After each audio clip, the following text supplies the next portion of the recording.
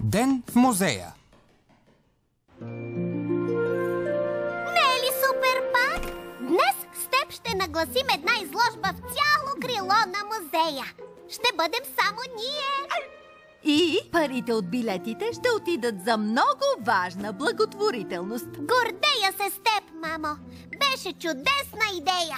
О, благодаря ти, скъпа. Аз се гордея с порасналото си дете. Сега, къде е баща ти? Трябва да взема част от картините от колекционера. Не се бой, мила! Тук съм! Тук!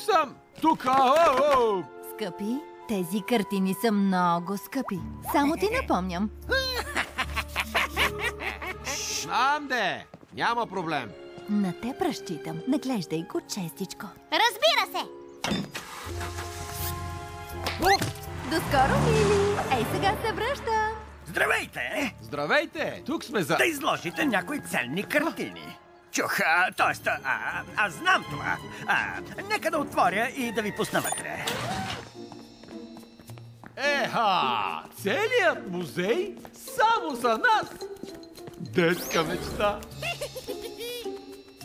Искате ли да ви поразведа, като няма други хора? Не можем да оставим картините така. Ние сме в музей, мила.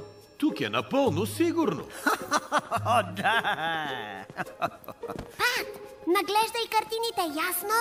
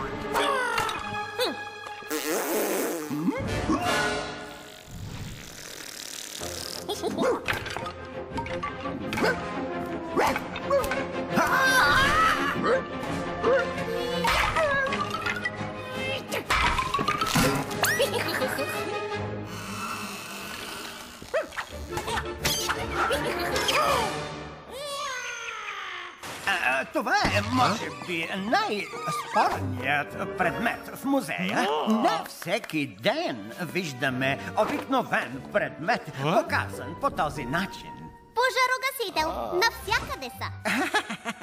Но всеки има свой нюанс, който го прави специален. Само трябва да го видиш. Това е чудесно! Аз нямам търпение да видя още. Добре, че Пат пази внимателно картините.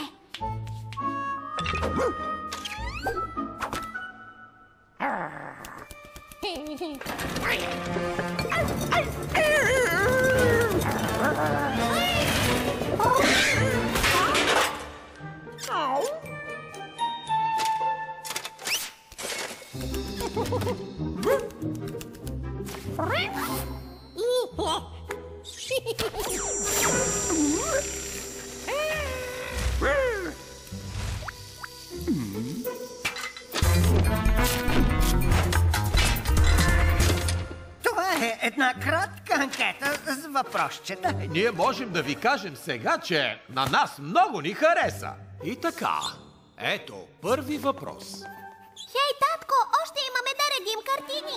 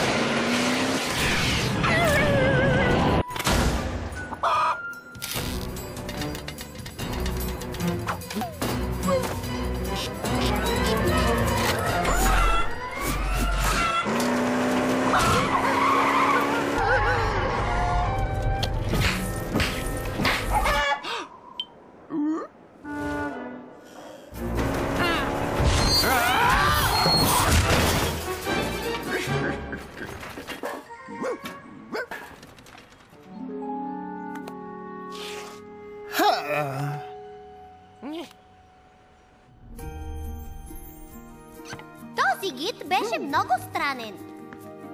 О, благодаря, че пази картините, Пат. Еха! Точно така е, както си го представях. Гордея се с теб, Лола. Благодаря и на теб, скъпи. Имаме време дори да разгледаме наоколо. Знаеш ли, охраната се оказа чудесен гид. Не мърдай, ще го намеря. И знам, че изложбата ще има голям успех, мамо. Нали така, Пат?